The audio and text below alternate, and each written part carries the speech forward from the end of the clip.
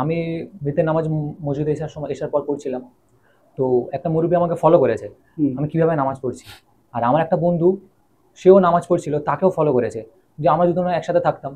তো সে বেতের নামাজ ১ রেখাত পড়েছে, আর আমি ৩ রেখাত পড়েছি। আমি যেভাবে পড়েছি আর সে যেভাবে পড়েছে, এই জিনিসটা ফলো করেছে। যেহেতু তার ১ রেখাত তার নামাজ আগে হয়ে গেছে, সে চলে গেছে। আর আমার নামাজটা হয়ে যাওয়ার পর আমার হাতটা ধরেছে, ধরে আমাকে জিজ্ঞাসা করছে, এবারে তুমি যেভাবে নামাজ পড়ছো এই নামাজগুলো কোথেকে পেয়েছো। তো এই হাদিসগুলো যখন আমি পেশ করেছি, আবু দাউদ শরীফের এই হাদিসগুলো যখন পেশ করেছি, যে বেতে নামাজ ২ রেখাত, ১ রেখাত, বা ১, ৩, ৫, ৭, যেই যেই নিয়মগুলো আছে, তখন মানে রিয়াকশনটা দিচ্ছে যে এরকম নামাজ হতে পারে না।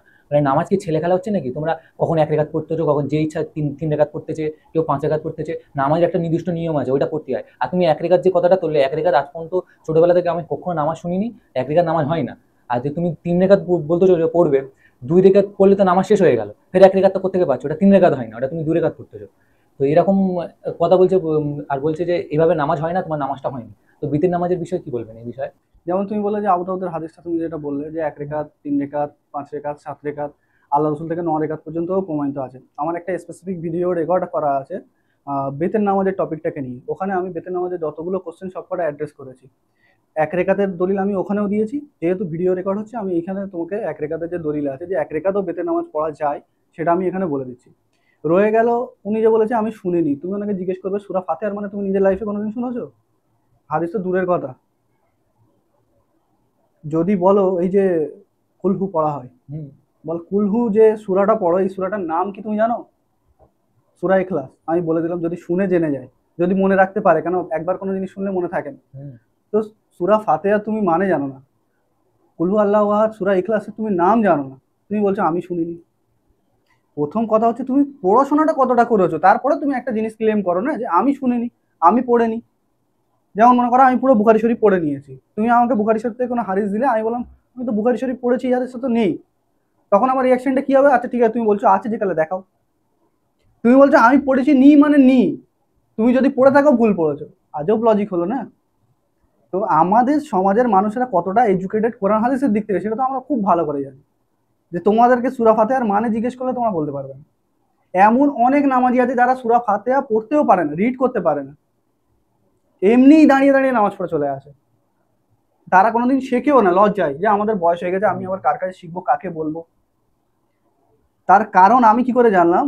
আচ্ছা আচ্ছা, বয়স্ক লোকেরা আমাকে বলেছে এই এই জিনিসটা। সূরা ফাতিহা তো দূরের কথা, সানাও জানে না। এই লেভেলের মনে করবে যে কমজোরি আমাদের মাস্টার মধ্যে ছড়িয়ে আছে। কিন্তু আমরা চিঠি লিখছি কাকে? যে মসজিদে নামাজ পড়তে আসছে তাকে চিঠি লিখছি। এই হচ্ছে আমাদের হ্যাসিয়ত। তো ১ রেখাত নামাজের কথা আমি ইনশাল্লাহ দেখিয়ে দিচ্ছি। সর্বপ্রথম বুখারী শরীফ, বুখারী শরীফে হাদিস আছে ৬,৩৫৬ হাদিস। সাদ ইবনে আবু ওয়াকাস, ইনি ১ রেখাত বেতের নামাজ পড়তেন। আর সাদ ইবনে আবু ওয়াকাসকে জানো? এক মজলিসের মধ্যে যেই ১০ জন সাহাবাকে আল্লাহ রসুল বলেছিল যে জান্নাতি, তানাদের মধ্যে একজন হচ্ছে সাদ ইবনে আবি ওয়াক্কাস। ইনি কোনো মামুলি জেদ সে সাহাবি সাহাবি না, ছোটখাটো কোনো সাহাবা না যে আল্লাহ রসুলকে দূর থেকে দেখে ইসলাম গ্রহণ করে নিয়েছেন, না। আল্লাহ রসুলের জীবনে প্রত্যেকটা যুদ্ধ তিনি শরীক ছিলেন, সাদ বিন আবু আবু ওয়াক্কাস। বুঝতে পারলে? তো ইনি ১ রেখাত বেতের নামাজ আদায় করতেন। আর একটা হাদিস আমি তোমাদের সাথে শেয়ার করবো, যেটা সেটা হচ্ছে সুনান নাসাইতে। সুনান নাসাইতে অনেকগুলো হাদিস আছে, একটাই হাদিস আমি এখানে কোট করছি আব্দুল্লাহ ইবনে ওমর থেকে। ইনি হচ্ছে দ্বিতীয় খলিফা ওমর রাদিয়াল্লাহু আনহু, ওনার ছেলে হচ্ছে আব্দুল্লাহ ইবনে ওমর। উনি বলেন আল্লাহ রসুল সাল্লাল্লাহু আলাইহি ওয়াসাল্লাম বলেছেন, বেতের সালাত শেষ রাতে ১ রেখাত। তো এই যে ১ রেখাত, এটাও বেতের। যেটা তুমি বললে আবু দাউদ হুম। আছে ১ রেখাত, যার খুশি ১ রেখাত পড়া, যার খুশি ৩ রেখাত, ৫ রেখাত।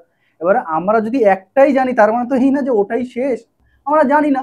কেউ যখন কোনো আমল করছে তাকে আমরা জিজ্ঞেস করবো এটাই, যে তুমি ভাই এই আমলটা কেন করছো, তার কাছে কি রেফারেন্স আছে, কি লজিক আছে সে আমলটা করার। কথা শেষ। আমি যেরকম শুরু থেকে একটাই জিনিস বারবার বুঝিয়ে এসেছি, কারোর কাছে দিনকে, কোনো ইলমকে পৌঁছে দেওয়াই আমাদের কাজ, তার থেকে বেশি আমাদের কাজ না। জোর জবরদস্তি করে আমাদের কোনো জিনিস মানানো কাজ না।